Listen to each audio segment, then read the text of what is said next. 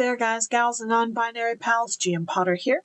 Welcome to my channel where I talk about books and bookish things, and those bookish things sometimes include the business of writing. I upload on Tuesdays and Thursdays at noon Central Time with possibly some extra videos sprinkled in here and there. I am an independent author, an avid reader, and a cat mom of 3. Today I want to talk about plotting and how I plot my books. So let's get into it.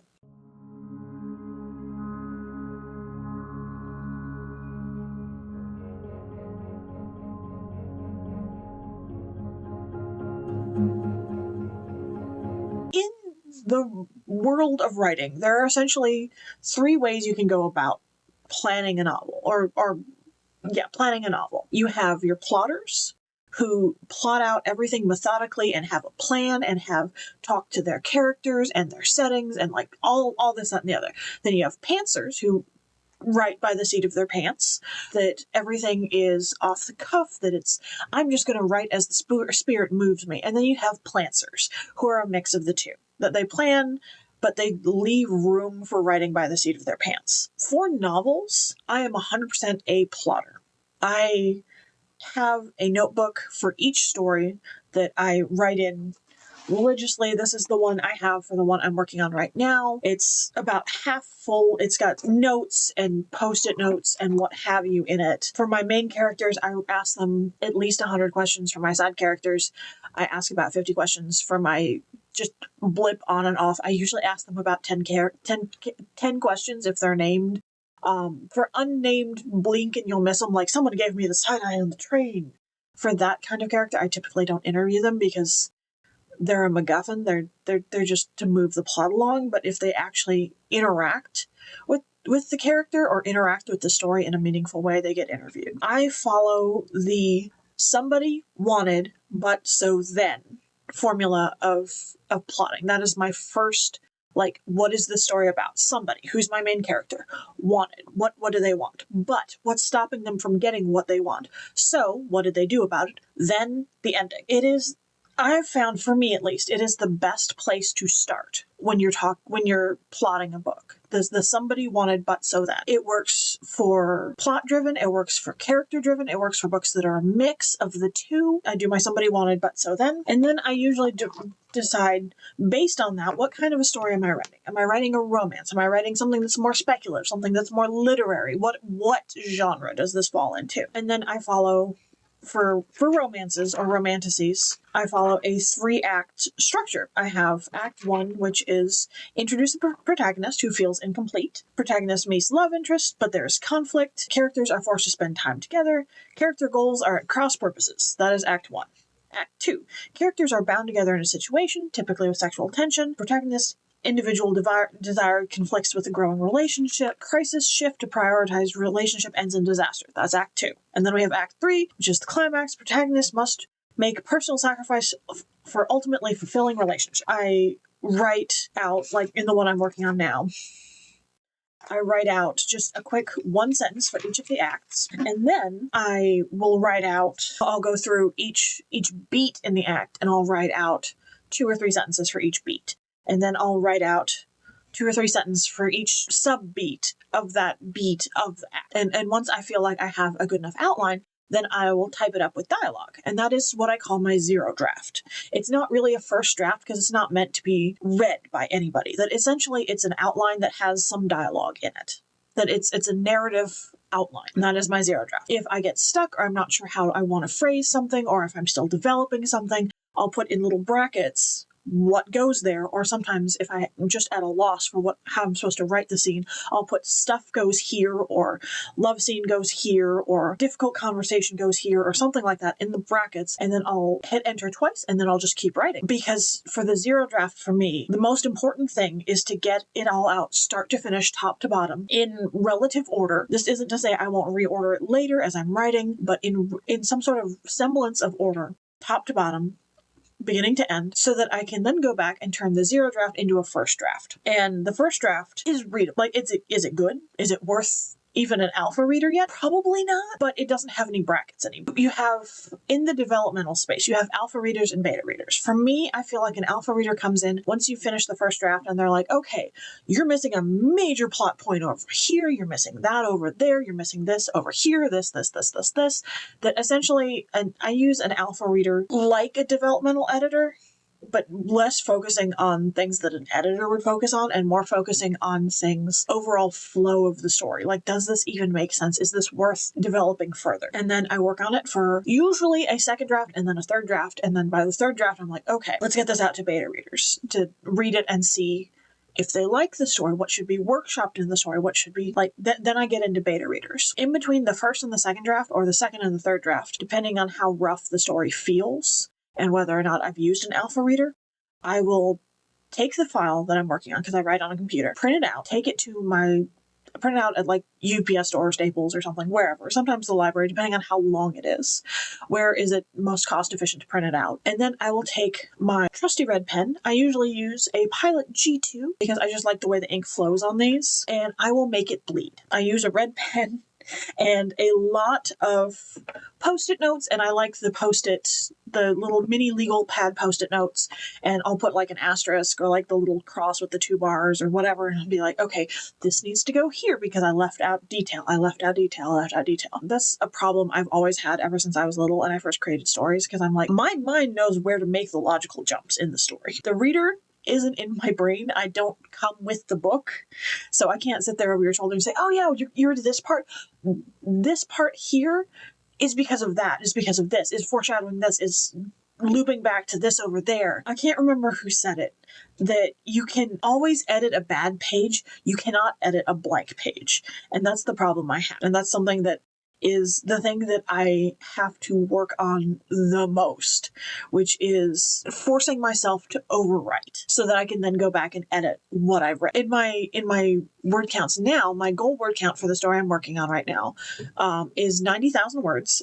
As of this morning, as I'm filming this, I am at 68,845 words. I haven't sat down to write yet today, but I'm finishing. The first draft is done. I'm turning the first draft into a second draft. I only have 8 chapters, really, that I need to work on and flesh out and do things for before I can print this out and make it bleed. Music plays a big part in my writing. Like, I'm usually listening to music or to get into the mindset for what scene I need to write. While I'm writing the scene, I'll put on like a playlist of different things. So something I'm trying with this one is actually making a dedicated soundtrack that goes chapter by chapter. I have a song for about half of the chapters, I would say. It starts with Manic Monday by the Bangles. I've got Working in the Coal Mine by Devo, Paranoid, Black Sabbath, and then I've got Secrets, One Republic, Passenger Seat, Death Cab for Cutie, Dracula, Tame Impala, What Is and What Should Never Be, Led Zeppelin, Into the Ocean, Blue October, Hey Cowboy, Devin Cole, Dust in the Wind, Kansas, Labor, Paris Paloma, Afterlife, Ingrid Michaelson, Don't Fear the Reaper, Blue Oyster Cult, Stand By Me, Benny King, I'll Follow You Into the Dark, Death Cab for Cutie, Rather Be, Clean Bandit featuring Jess Glynn,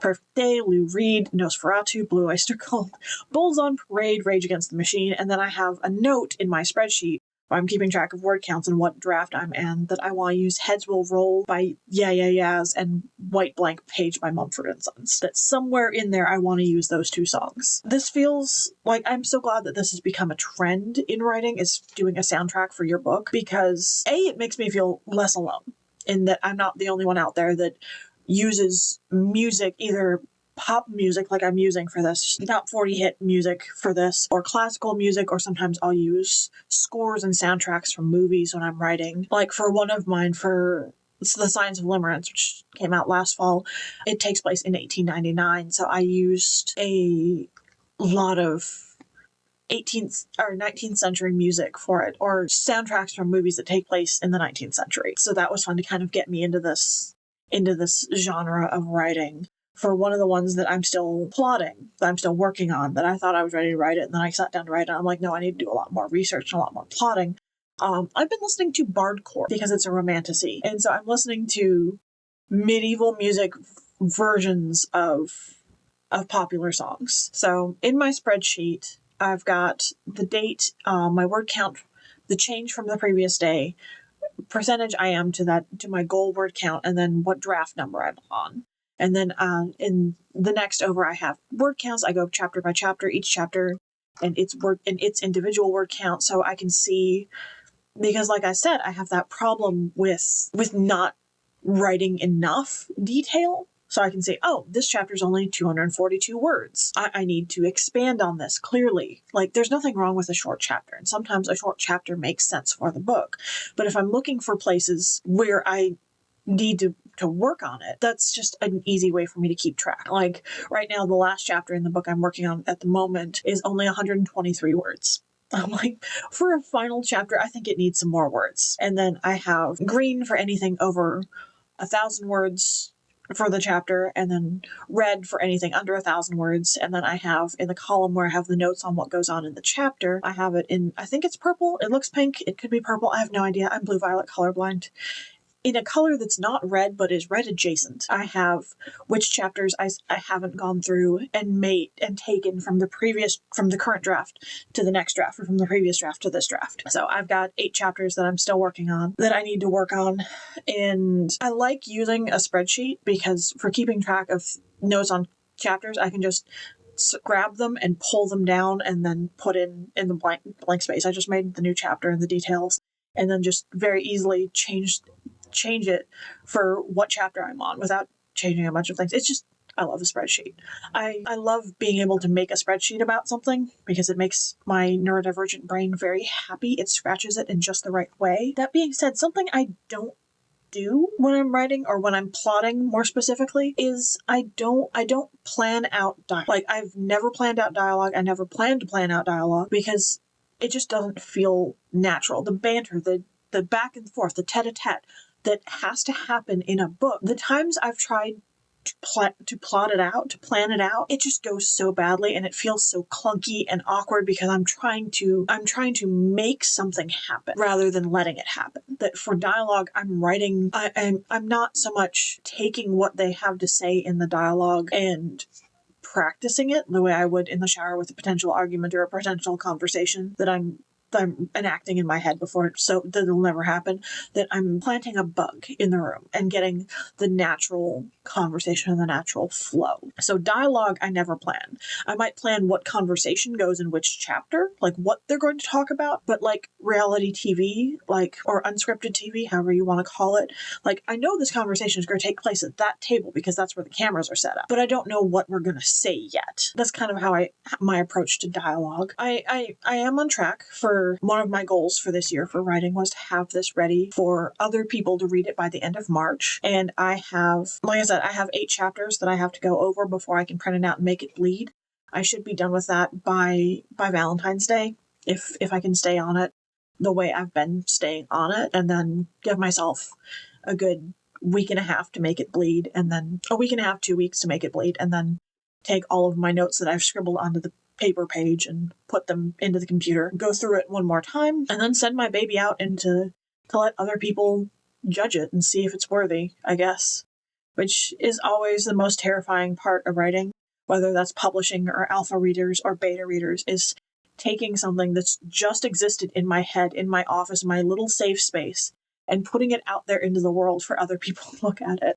No matter how many times I've done it, it's still terrifying. I've self-published 7 books. I've entered writing competitions. I was on the Ready writing team for UIL when I was a kid, which is essentially they give you a prompt and a time limit, and you write a story in the time, and then they judge it. Like, I was on that team for my school, not just my school, but my school district.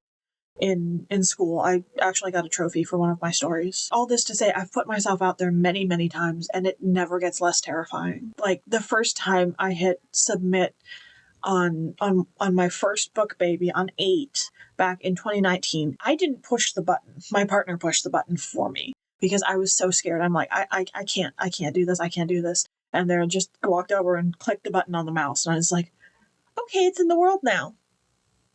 And like, since then, I've pushed the button myself, and I've submitted my stories for self-published competitions and indie competitions and things like that, and it's terrifying every time. It never stops being terrifying.